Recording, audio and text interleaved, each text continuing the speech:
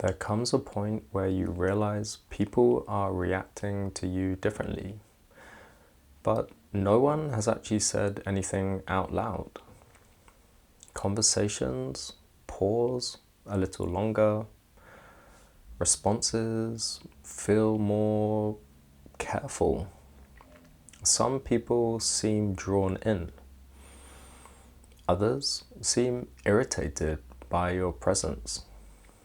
And the thing is, you haven't changed how you speak. You haven't tried to lead. You're not pushing this opinion or that opinion. But something about you is no longer neutral.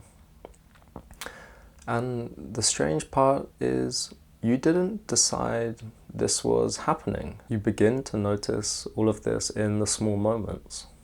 You walk into a room and people adjust their tone. Someone explains themselves when you didn't ask for it. Another person pushes back, lightly, almost jokingly. And you're not being aggressive. You're not demanding attention. You're just, well, there.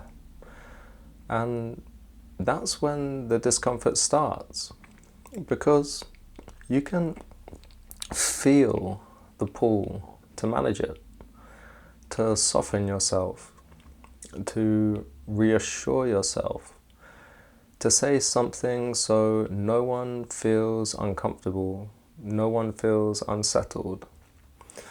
That pull is where this phase begins. Most men, they misread this moment.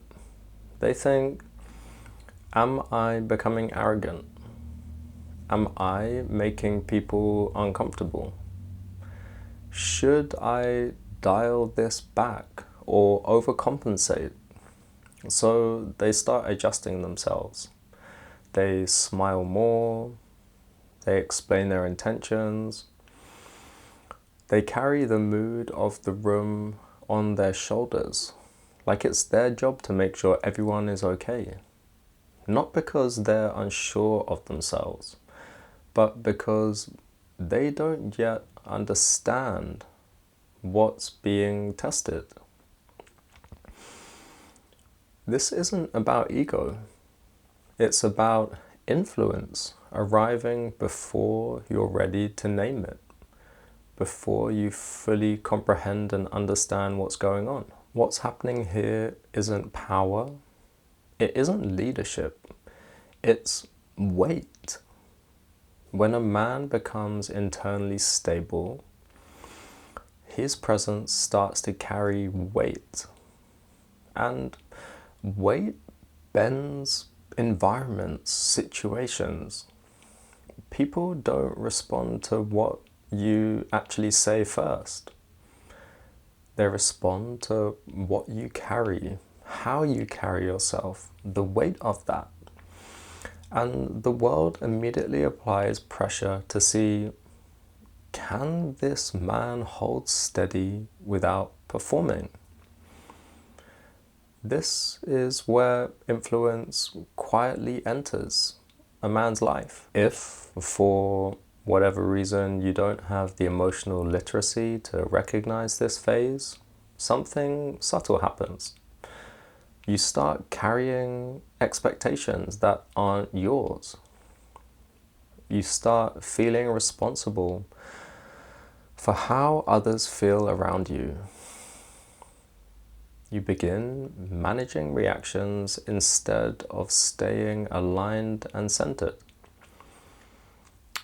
Over time, that creates exhaustion. Not burnout from hard labor or from work, but that underlying fatigue from holding a shape that isn't true, which is forced. Years can pass like this, and you're respected, you're listened to, and you're slowly disconnected from yourself. This is how men collapse after growth, not before it. Here's the trap that ends most men at this stage. They start performing the role others project onto them. The strong one, the stable one, the leader, the provider, the responsible one.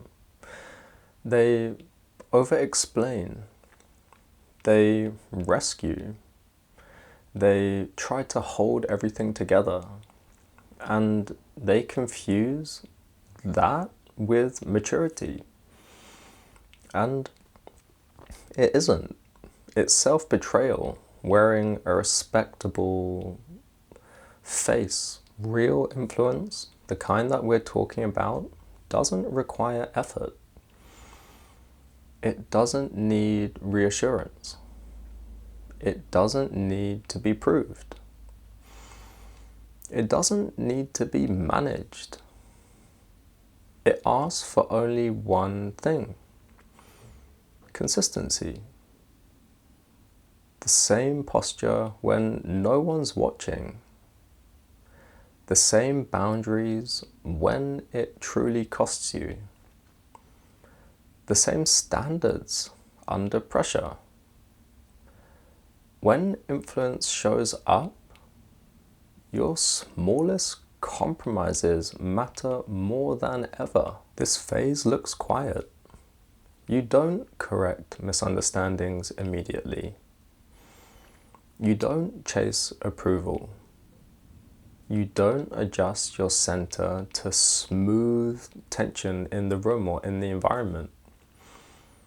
You let reactions exist, not out of coldness, but out of trust in your alignment, your sacred center, your spiritual backbone. And so your body stays settled. Your words get fewer. Your movement gets cleaner. And the room organizes itself without you trying to do anything about it. This is where the real test sharpens. Some people lean in. Some people, they pull away. Some will challenge you directly.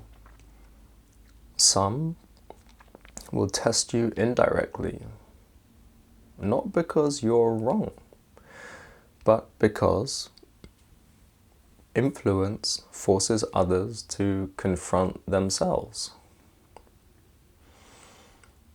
If you collapse here, if you give in to those outside external pressures, you'll become performative again. If you harden here, on the other hand, you'll become isolated.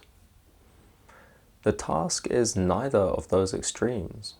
The task is to remain unavailable to projection. When a man can carry influence without inflating himself, something begins to change. He speaks less, and conversely, he is heard more. He reacts less, and again, he is felt more. He stops negotiating who he is, not because he is superior, but because he's no longer split internally.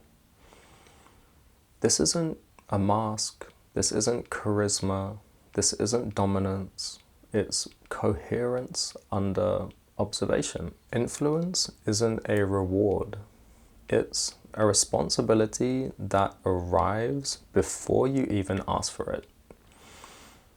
And the next phase isn't about carrying more weight. It's about what happens when influence begins to cost you belonging. That's where the real decisions start. That's what comes next along this practice of self-mastery.